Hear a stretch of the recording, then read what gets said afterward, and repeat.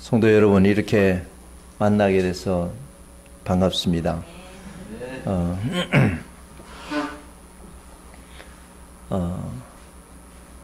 저는 이제 쭉 학교에 있었기 때문에 교회에서는 그냥 협동 목사로만 이렇게 지금까지 지냈어요. 그래서 우리 박 목사님하고는 신학교 다닐 때 같이 동기였고, 그래서 이제 좀 이렇게 잘 아는 사이입니다. 그리고 그전에는 개포동안에 예배당이 있었는데, 제가 언젠가 이제 재작년에는 여기 청계산을 좀 몇 번 왔었어요. 근데 이 건물을 보는데 교회 이름이 있고, 이름이 낯이 익는데, 그래도 이 교회가 개포동에 제가 거기를 한번 갔었거든요. 그래서 이름이 같은가. 그런데 나중에 박 목사님이 이 교회가 그 교회라고. 그건 너무 반가웠습니다. 그래서 오늘 오는데도 뭐 아주 그냥 굉장히 빨리 잘 왔습니다. 그래서 오늘 읽은 이 말씀, 에베소서 말씀을 가지고 하나님의 일꾼이 되자, 이런 제목으로 함께 생각하면서 하나님께서 주시는 은혜를 받기를 원합니다. 어떤 책이 위대한 책일까?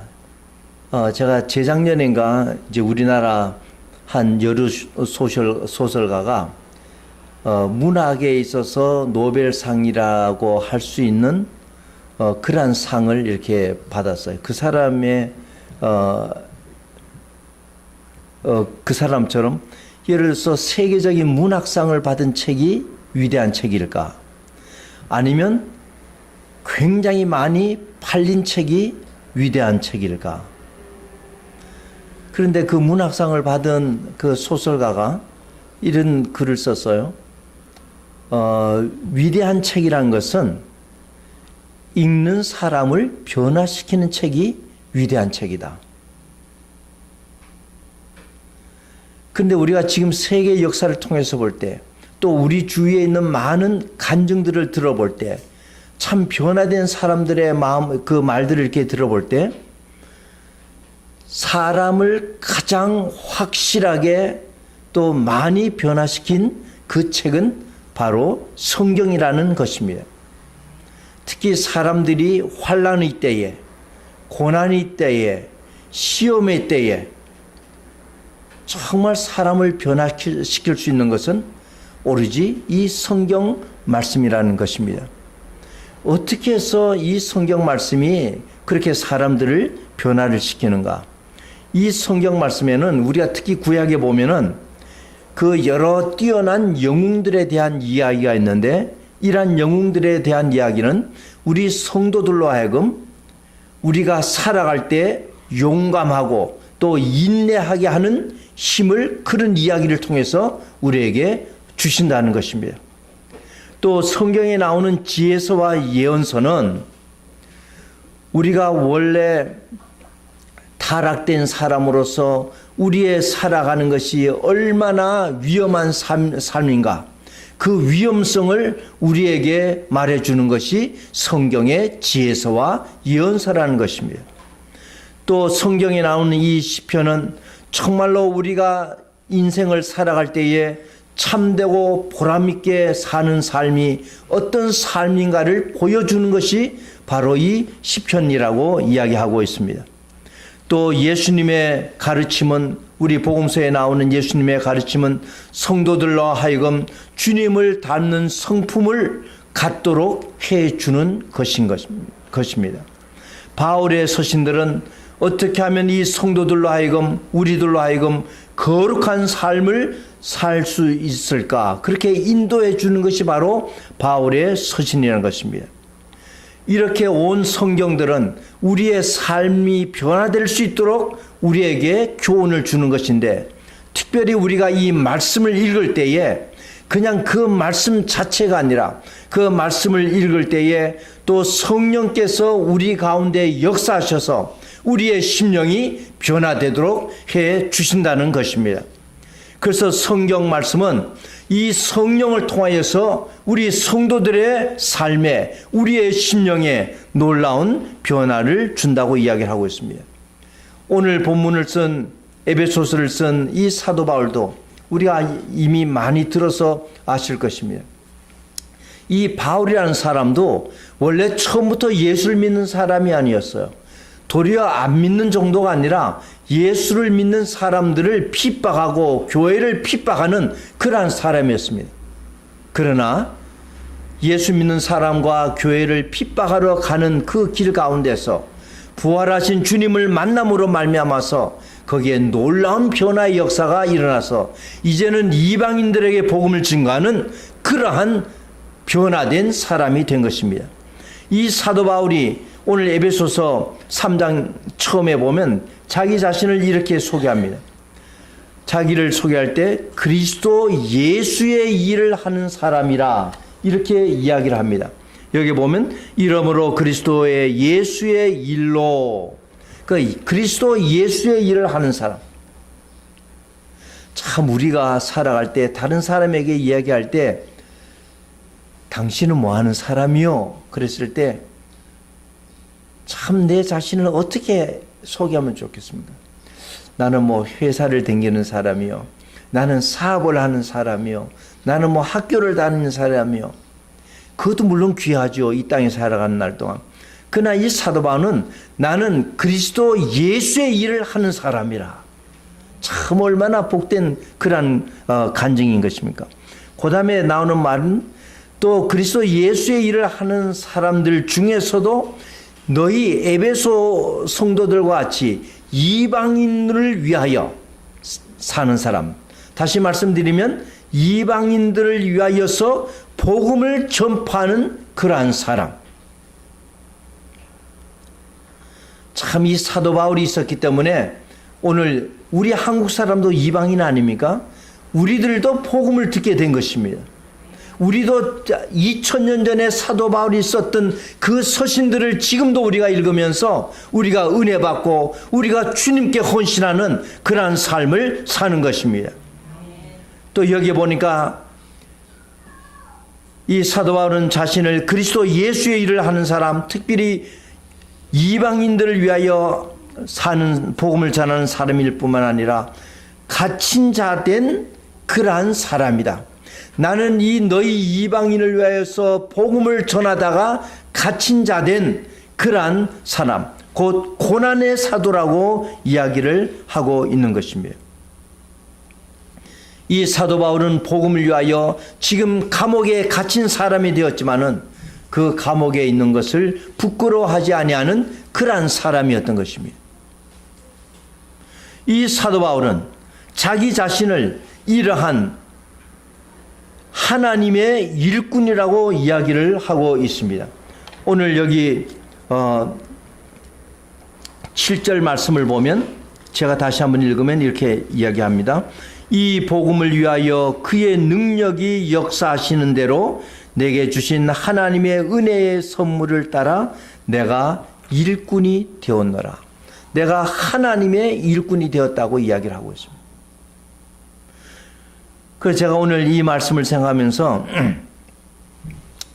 우리 충운교회에서 제가 설교할 때 어떤 말씀을 전해야 될까, 또 어떤 제목으로 전해야 될까 하면서 이 말씀을 보면서 특히 7절에 있는 말씀을 따라서 우리가 하나님의 일꾼이 되자. 정말 우리가 살아갈 때에 하나님의 일꾼이 되자. 참 그래서 저는 오늘 이 제목을 이러한 하나님의 일꾼이 되자라는 이러한 제목을 가지고 우리가 2000년 전에 우리에게 이 말씀을 주신 사도 바울의 그 모습을 보면서 사도 바울의 교훈을 생각하면서 우리가 오늘 이 시간에 함께 은혜 받기를 소원합니다. 네. 그러면 우리가 하나님의 일꾼이 되자 그러는데, 그러면 하나님의 일꾼이 되기 위해서는 우리가 어떻게 해야 될까? 어떤 사람이 되어야 될까? 그 7절 말씀에 보니까 이 하나님의 일꾼은 제일 처음에 나오는 말이 이 복음을 위하여서 이렇게 나와 있는데, 이 말씀을 보면 사도 바울은 하나님의 일꾼이 되겠다는 목표를 가지고 살았습니다. 하나님의 일꾼이 되겠다는 목표를 가지고 살은 이 사도 바울은 언제나 복음의 전파가, 말씀 선포가 그의 삶의 목표였던 것입니다. 저는 우리 모든 그리스도인들, 우리가 나이가 많으나 나이가 젊으나 우리의 직업이 무엇이든지 간에 우리에게는 목표가 있어야 되는데, 하나님의 일꾼이 되려면 목표가 있어야 되는데, 그 목표는 바로 복음을 전파하는 것이 우리의 일생의 목표가 되어야 된다는 것입니다. 내가 어떻게 살아갈까? 그저 아무 생각 없이 그날 하루하루를 이렇게 성실하게 살아가면은 만족할까? 그날 하루로는 만족할 수 있을는지 몰라도 정말로 하나님께서 우리 성도들에게 원하시는 그 삶은 우리가 복음의 전파라는 목표를 가지고 사는 것을 주님께서는 원하시는 줄 믿습니다. 그래서 우리가 이렇게 이 복음을 위하여서, 사도 바울처럼 이 복음을 위하여서 우리가 살아가는 하나님의 일꾼이 되기를 원합니다. 우리는 지금까지 그 하나님의 말씀을 많이 배웠어요. 저는 지금 제 고등학교 친구들하고 성경 공부를 하고 있어요. 그 성경 공부를 하는데,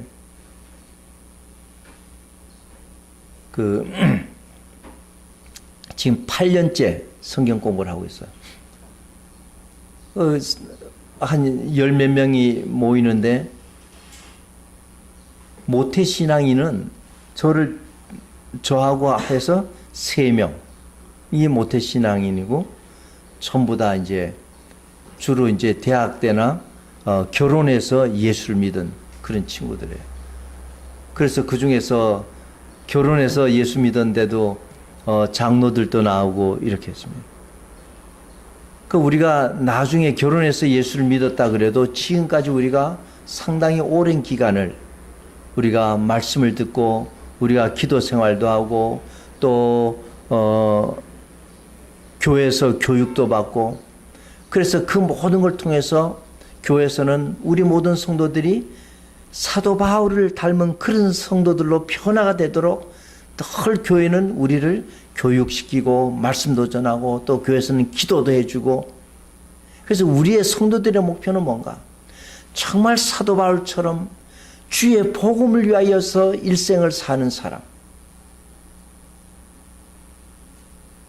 참 그런 사람이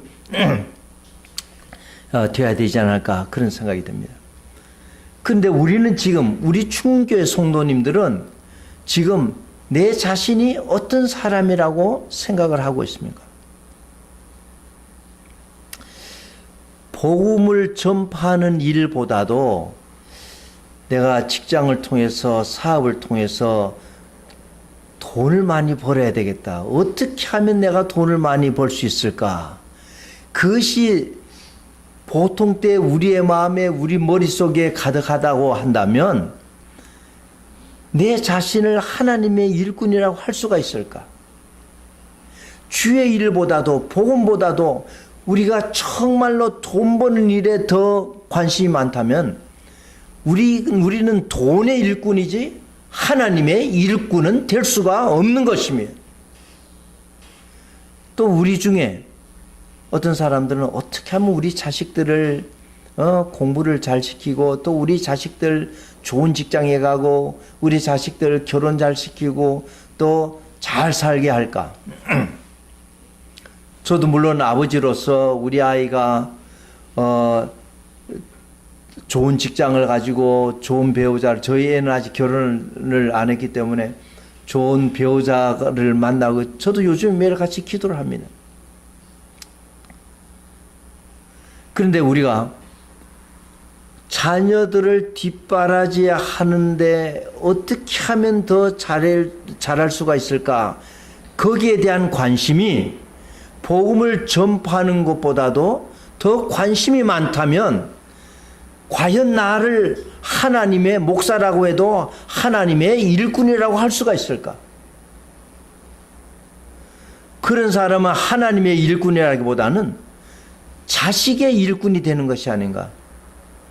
저희 아이 이제 직장이 가까우니까 제가 오늘 아침에도 얘가 이제 일찍 걔는 어쩔 수 없이 오늘 아침에는 그 일을 하게 돼서 제가 이제 데려다 줬어요. 가끔 이제 제가 이제 데려다 줍니다. 어떨 때는 제 자신을 볼 때, 내가 진짜 목사로서, 어떤가. 정말 내가 너무 아이에게 이렇게 묶여 있는 게 아닌가. 이런 생각이 들 때가 있어요. 저는 딸이 하나예요. 근데 아직까지 시집을 못 갔어요.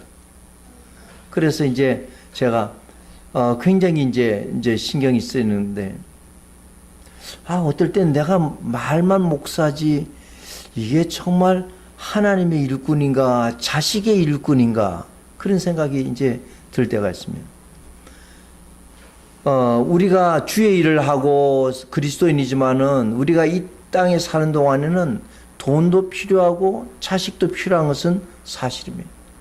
그러나 돈과 자식이 우리의 최종의 목표, 우리에게 가장 중요한 것은 아니라는 것입니다.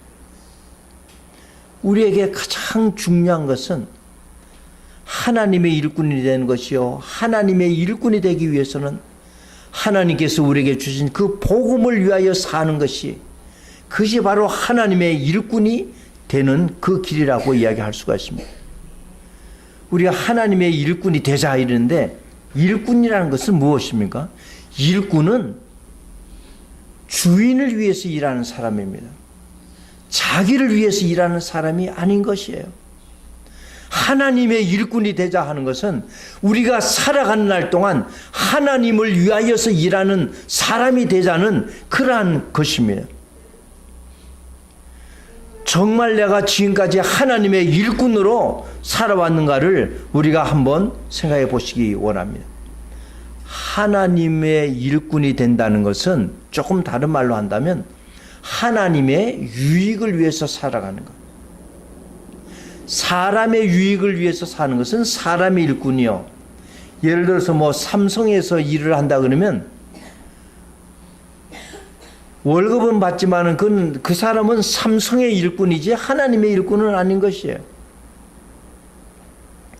정말로 우리에게 중요한 것은 하나님의 일꾼, 하나님의 유익을 위하여서 사는 그러한 사람이 되어야 되겠다는 것입니다. 우리가 살아간 날 동안 우리의 목표가 무엇이 되어야 될까? 사도 바울처럼 복음을 전파하는 것이 우리의 목표가 되어야 될 줄로 믿습니다.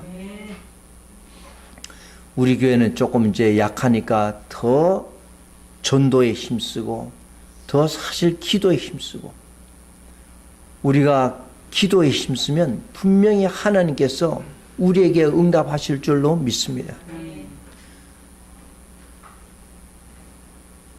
그래서 우리 충운교회가 참 금년에 다시 한번 우리가 복음을 전파하는 그러한 목표를 가지고 그 목표를 위하여 살아가서 정말 하나님의 인정을 받고 하나님께서 기뻐하시는 우리 성도님들과 우리 교회가 될 수 있기를 소원합니다. 네. 두 번째, 하나님의 일꾼이 되자 그랬는데, 하나님의 일꾼이 되기 위해서는 첫째는 우리가 생각한 대로 복음 전파라는 목표를 제대로 세워야 되고, 두 번째는 오늘 본문 말씀에 이렇게 됐습니다. 이 복음을 위하여 그의 능력이 역사하시는 대로, 그의 능력이 역사하시는 대로. 우리가 학교는 아니지만 한번 따라 하시겠습니까? 제가 하는 대로 한번 따라 하세요. 그의 능력이 역사하시는 대로 우리가 하나님의 일꾼이 되기 위해서는 그의 능력이, 하나님의 능력이 우리 가운데 역사해야 된다는 것입니다. 이 얘기는 좀 더 다른 말로 하면 하나님의 일꾼은 세상의 지식 가지고, 세상의 미모 가지고, 세상의 물질 가지고 우리가 하나님의 일꾼이 되는 것이 아니라 하나님께서 그때마다 부어주시는 그 능력을 가지고 우리가 하나님의 일꾼이 된다는 것입니다. 오늘 이 본문을 쓴 사도 바울은 그 당시에 2000년 전에 그 누구보다도 아주 뛰어난 사람이었어. 우리 여기 계신 분 중에서 우리 가문, 혈통을 자랑하실 분 뭐 많이 계시겠죠. 그 우리 가문을 어떻게 자랑하시겠어요? 뭐 한 3대조 위에서 뭐 그때 뭐 어린 나이에 1900년대 초에 뭐 참봉이 되었다 뭐 그런 분 계세요? 이 사도 바울은 혈통적으로 아주 뛰어난 사람이었어요. 빌립보서 3장 4절에서 6절 말씀에는 이렇게 사도 바울이 고백을 합니다. 나도 육체를 신뢰할 만하며 만일 누구든지 다른 이가 육체를 신뢰할 것이 있는 줄로 생각하면 나는 더욱 그러하리니. 이 굉장한 말이에요. 딴 사람이 육체를 너희 가문을 자랑할 수 있느냐? 나는 더하다는 것이에요. 나는 8일 만에 할례를 받고, 이 8일 만에 할례를 받았다는 것은 나는 정통 유대인이라는 것이에요. 이스마엘의 자손도 아니고 나중에 나이가 들어서 회심한 사람들도 아니에요. 8일 만에 할례를 받았다는 것은 나는 정통 유대교 집안의 자식이다.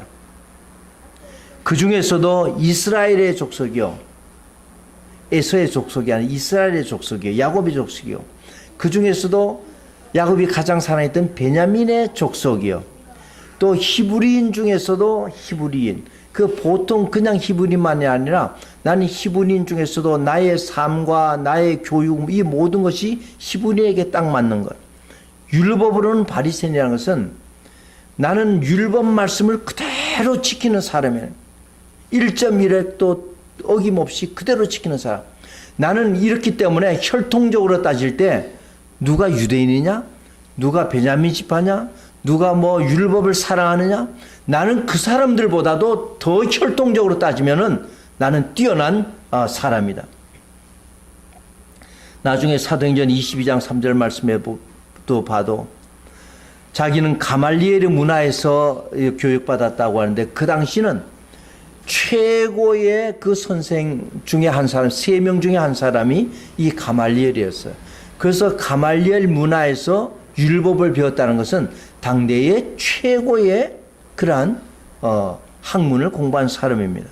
뿐만 아니라 조상들의 율법에 엄한 교훈을 받았고 율법으로 잘 교육받고 또한 하나님께 대하여 열심히 있는 사람이다. 혈통적으로 따지면 이 사도 바울은 당시에 누구보다도 더 자랑할 것이 많은 그러한 사람이었습니다. 이 사도 바울은 혈통뿐만 아니라 그의 삶에 있어서도 아주 뛰어난 그러한 사람이었습니다.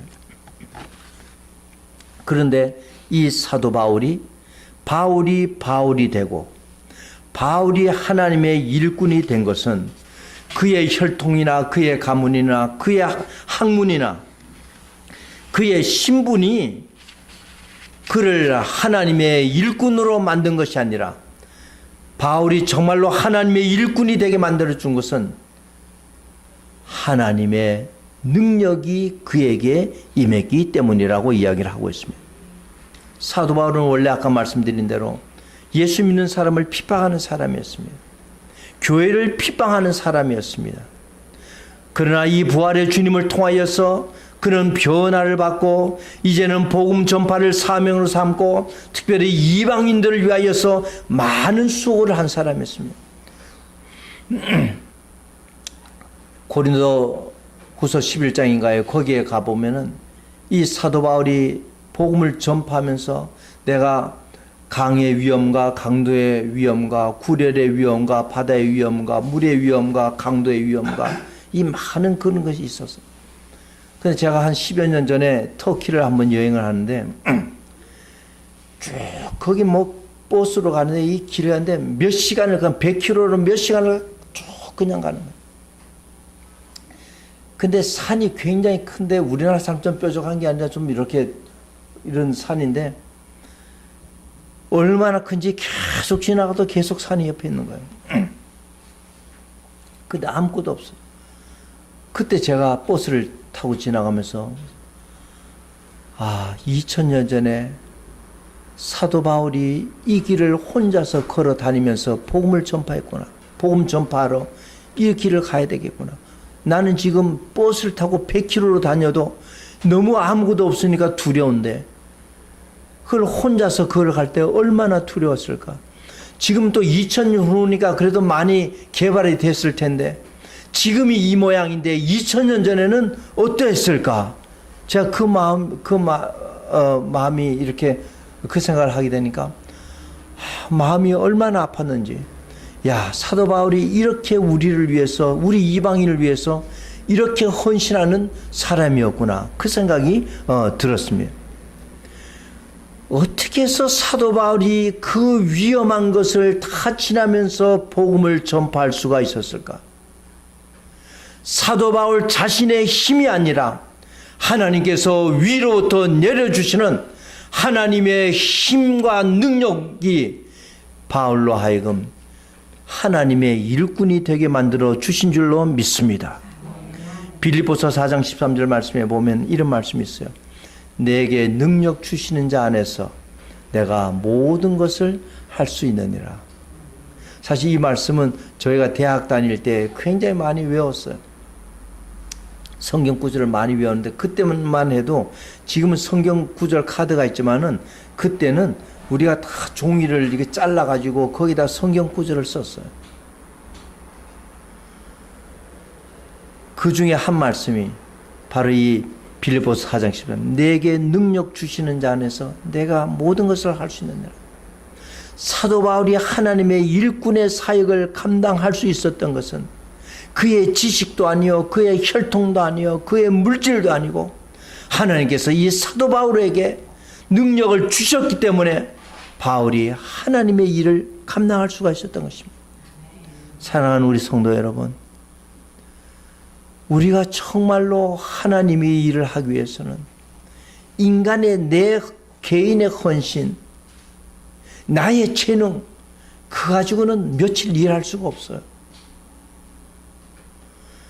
정말 하나님께서 주시는 그 힘이 아니면 우리가 주의 일을 감당할 수가 없어요. 정말 우리가 하나님의 일꾼이 되려면은 내 힘이 아니라 하나님의 능력에 의지해야 됩니다. 저는 이제 운동을 여러 가지를 이렇게 좀 재밌게 하고 잘하는 것도 있고 많이 하고 그렇습니다. 지금도 조금 운동을 하는데 저는 여러 가지 운동을 하는 중에서도 근데 저는 수영을 못해요. 저는 수영을 굉장히 많이 이렇게 노력을 많이 했습니다. 청년회 때 저희 교회 담임 목사님은 바닷가에서 자라신 분이 돼서 굉장히 수영을 잘하는 저를 가르쳐 주시려고 했는데 저는 못했어요. 제가 이제 나중에 박사학위를 받고서 이제 제가 우리 신학교에서도 가르치지만 제 모교에서도 가르쳤는데 거기에 이제 학생들이 많이 한 클래스에 많이 있었는데 몇 사람이 이제 체육학과 학생들도 있었어요. 그 친구들이 저를 가르쳐 주려고 했는데 실패했어요. 우리 동네 그 뭐 이렇게 수영 강습해야 하는데 제가 열심히 했는데 안 되는 거예요. 그냥 그 강습하는 선생님이 저한테 왜 이 물에 들어가면은 그냥 힘을 빼고 팔에도 힘 빼고 편안하게 물에다가 몸을 맡기라는 거예요. 수영하실 수 있어요? 수영하세요? 못하세요? 아주 위험하신 분들이에요. 그 물가에 가면 빠져 죽어요. 저보고 성격이 급하다는 거예요. 물에다가 맡기라는 거예요. 저는 그 사람이 이상한 사람이에요. 아, 물에 빠져 죽어가는데 어떻게 물에다가 맡겨요? 그냥 허우적허우적 해야지. 수영을 하려면 나한테서 힘을 빼라는 것이에요. 수영 잘하시는 분 그 말이 맞는가요? 맞대요. 세상의 수영도 그렇지만은 영적인 것도 마찬가지예요. 하나님의 일꾼이 되려면 내 힘으로, 내 재주, 내 물질, 또 내 젊음, 내 시간, 그거 가지고 주의를 할 수 없어요. 하나님의 일꾼이 될 수 없어요. 하나님의 일꾼이 되려면 하나님께서 위로부터 주시는 능력을 받지 아니하면 하나님의 일꾼이 될 수가 없는 것입니다.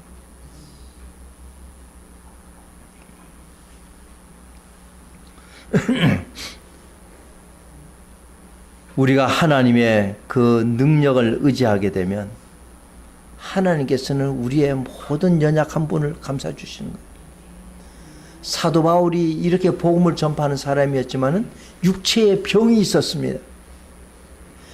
사도 바울이 남의 병은 다 기도해서 고쳐주면서도 자기에게 병이 있었어요. 그건 안 고쳐졌어요. 그래서 사도 바울이 기도를 몇 번이나 했어요. 사도 바울이 간절히 기도했습니다. 자기의 육체의 연약함을 위해서. 고린도 후서 12장 9절 말씀에 보면은 굉장히 기도했더니 하나님께서, 저는 어떨 때 그 말씀이 고린도 후서 12장 9절에 너무너무 이상한 거예요. 아니, 그 주의 복음을 증거하는 사도 바울이 병 때문에 이렇게 기도하면은 딱 낫게 해주면은 더 열심히, 더 부지런히, 더 많이 하나님의 일을 할 수 있지 않겠습니까? 그런데 하나님께서 안 고쳐주셨어요. 그 하나님의 음성이 들리는데 내 은혜가, 지금 너에게 준 내 은혜가 너에게 족하다. 그러면서 그 다음에 주시는 말씀이 있어요.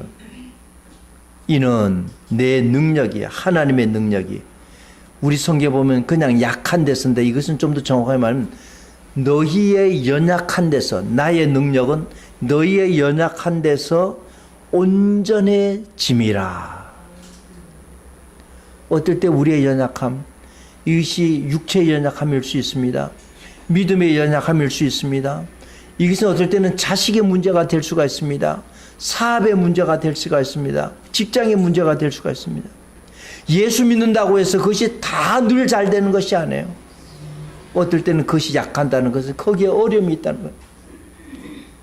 그러나 분명히 하나님께서 우리에게 주시는 말씀은 너에게 지금 이 순간에 주어져 있는 너의 그 어려움은 도리어 그 연약함 가운데서 더 온전해질 수가 있다고 이야기합니다. 하나님의 능력이 우리의 연약한 가운데서 우리를 더 온전하게 역사해 주신다는 것입니다. 하나님께서 우리에게 능력을 주시면 우리는 모든 것을 감당할 수가 있습니다. 우리가 금년에도 여러 가지 우리가 직분을 받았을 것입니다. 우리가 이 직분을 감당할 때 그 직분을 받았기 때문에 내 힘으로 무엇이든지 내가 헌신해서 하려고 하는 것이 아니라 정말 주님께 의지하고 주님께 의탁해서 정말 주께서 주시는 힘을 가지고 우리가 감당하게 되면 거기에는 놀라운 변화의 역사, 거기에는 놀라운 열매가 있을 줄로 믿습니다. 하나님의 일꾼은 하나님의 능력으로 일하는 사람입니다. 이제 마지막 세 번째 보면 하나님의 일꾼이 되려면 하나님의 은혜를 체험을 해야 된다는 것입니다.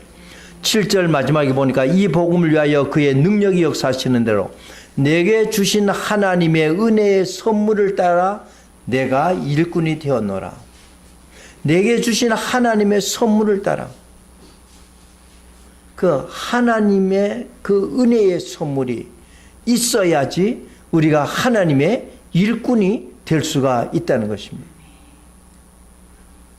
저는 늘 마음을 생각하면서 우리 예수 믿는 사람은 두 가지를 가지고 생활한다고 생각해요. 하나는 은혜고 하나는 긍휼인 것 같아요. 은혜란 것은 무엇인가? 내가 받을 자격이 없는데 부족한 나에게 하나님께서 그냥 값없이 거저 주시는 것이 은혜예요. 우리가 지금 이렇게 살아가는 것이 정말 이것이 하나님의 은혜인 것입니다. 긍휼이라는 것은 뭔가? 나의 지금까지 살아온 것을 볼 때 참 그 징계를 받고 하나님의 벌을 받아야 마땅한데 하나님께서는 그 모든 우리의 죄악의 그 대가, 그 벌 받아야 될 것을 전부 다 용서해 주시는 것. 그것이 바로 긍휼인 것입니다. 그래서 우리 그리스도인들은 어떤 사람이냐? 받을 자격이 없는 축복을 받는 사람이요. 받아야 될 벌을 면제받는 것. 그것이 바로 우리 그리스도인들의 삶인 것 같아요. 그래서 여기에는 오늘 에베소 3장 7절 말씀에 보면 하나님의 그 은혜, 우리가 지금 이렇게 사는 것, 이렇게 주님을 아는 것, 이것은 다 하나님께서 우리에게 내가 자격이 있어서가 아니라 하나님께서 우리에게 주신 은혜다. 자격은 없지만 하나님께서 나에게 주신 거죠. 저는 이제 아침마다 이렇게 기도할 때에 늘 이렇게 감사의 기도를 하는데 이 감사할 땐 참 여러 가지가 있어요. 늘 우리가 하나님께서 지금 믿음을 주신 것도 이것도 참 감사한 일이고, 건강을 주신 것도 감사한 일이요, 가정을 주신 것도 감사한 일이요, 지금까지 내가 살아올 수 있도록 교육받게 한 것도 감사한 일이요. 모든 것 우리가 감사를 하게 되면 그 감사는 넘치게 되는 것입니다. 제가 이제 저희 교회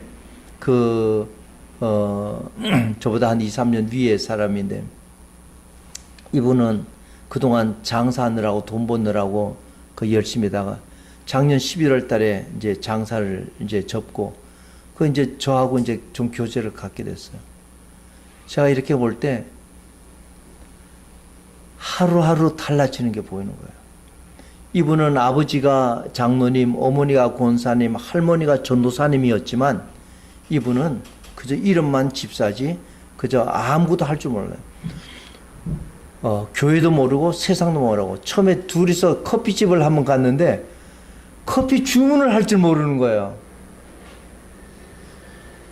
아니 어떻게 서울에 사는 사람이 이런 촌 사람이 다 있는지, 그 목사님 이거 어떻게 제가 처음에 주문할 때 같이 가서 저기 있는 것 중에서 이렇게 마시고 싶은 거 이렇게 주문하면 된다고. 그런 사람이 있더라고요, 지금도. 그런데 이 사람이 쭉 하면서 새벽 기도를 나가기 시작했어요. 그 다음에 이제 교회에서 이제 금요일날 기도해. 금요일날도 지지난주에 처음 금요일날 목사님 저 금요일날 저쪽 기도원에 갔다 왔어요.